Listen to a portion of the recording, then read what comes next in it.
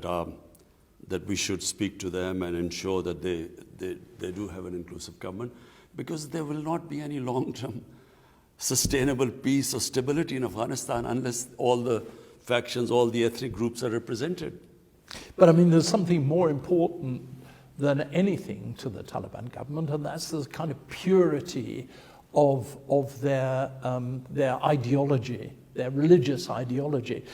I mean, they're never going to allow women to go to schools or anything like that, are they? Because it cuts across their whole notion of what a society should be. I think they will allow women to go to schools. They will allow that. Well, they've said they won't. They've, as far as we know, they've assured us. So they're doing it. They say they're doing it in phases, but that remains to be seen.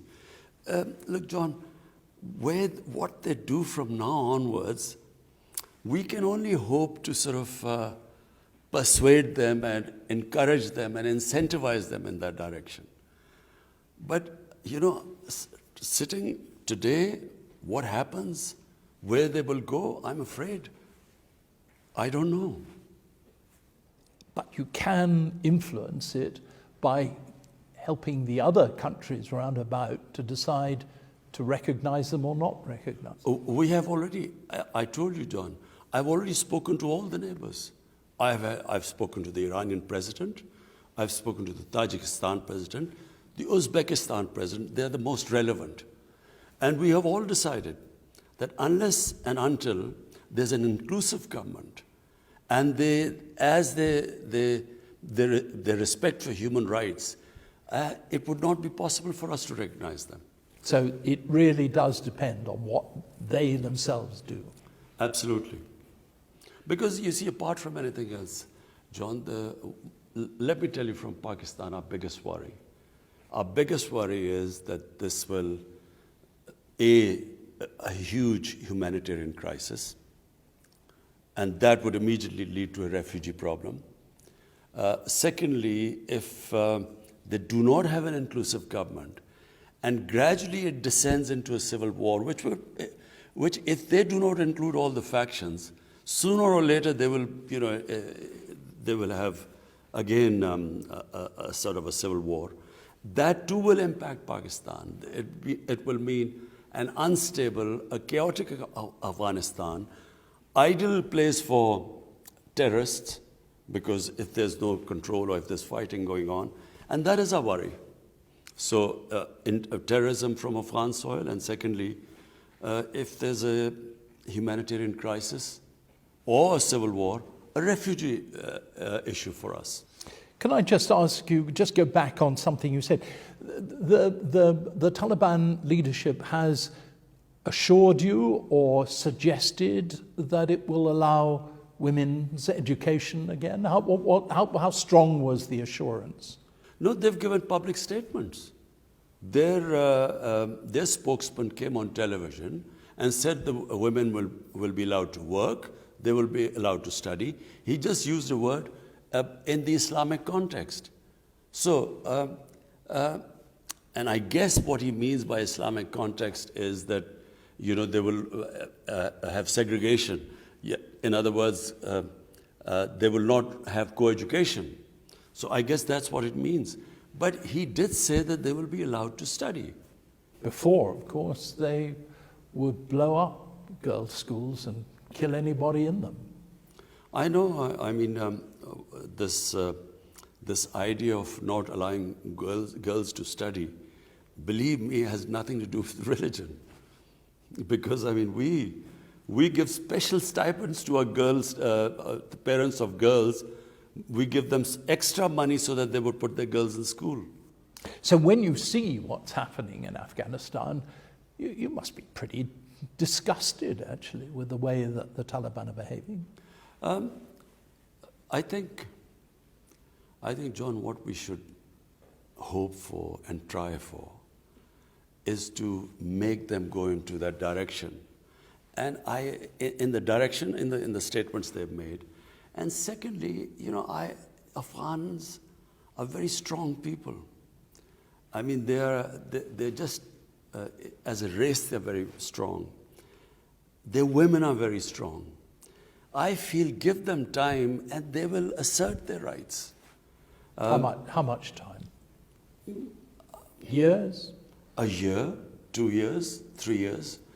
At the moment, 3 years. But at the moment, John, it's just too early to say anything, because it's just barely been a month. After 20 years of civil war, they have come back into power. So a month is no time. Look, my party came into power after 22 years. 22 years. And trust me, for the first 6 months, it was the most difficult period of my life. Because, you know, if you're not in power, you come into power after such a long time, it is so difficult, because there are people who've struggled with you, all want a peace, all want to be in government, you know. So it's a very for us, it was the most difficult period. I think it's just a month, 2 months. In a short period of time, we will know the direction they are going. Well, I think we know it now. I don't know. I'm an optimist. I think that, you know, there is a chance that there will be peace in Afghanistan after 40 years. And once there's peace and stability, the Afghan people are strong enough, they'll assert their rights. Afghan history shows us that actually movements like the Taliban and leaders like the Taliban leadership don't really last very long. I mean, they lasted 5 years last time. This is not a permanent answer to Afghanistan's problems, is it? No, I don't think so. I think this is just a beginning. And as I said, where it goes from here, no one can predict.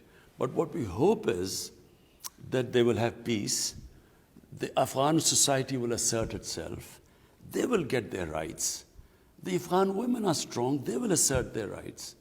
But for all that, you need peace and stability. In a civil war situation, everything gets stunted, because civil war just distorts everything. So peace is the key, and we hope that once there's peace, Afghanistan will move in the right direction. Can I ask you now the other questions, a couple for the Urdu? Okay. Relationship with India, between Pakistan and India, is really, really difficult at the moment, isn't it? Pakistan says that India must reverse Kashmir's special status. Is that realistic or unrealistic?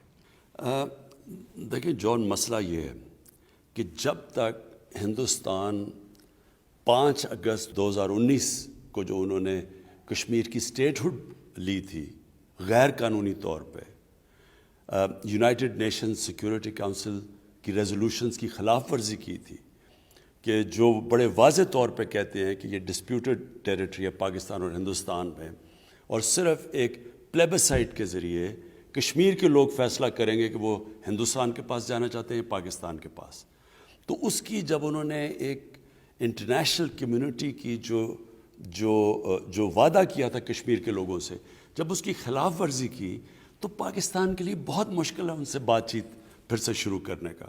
जब तक उसके ऊपर वापस नहीं आते, हम उनसे बातचीत नहीं शुरू कर सकते। How do you think that the success of the Taliban in Afghanistan will impact on the situation in Kashmir?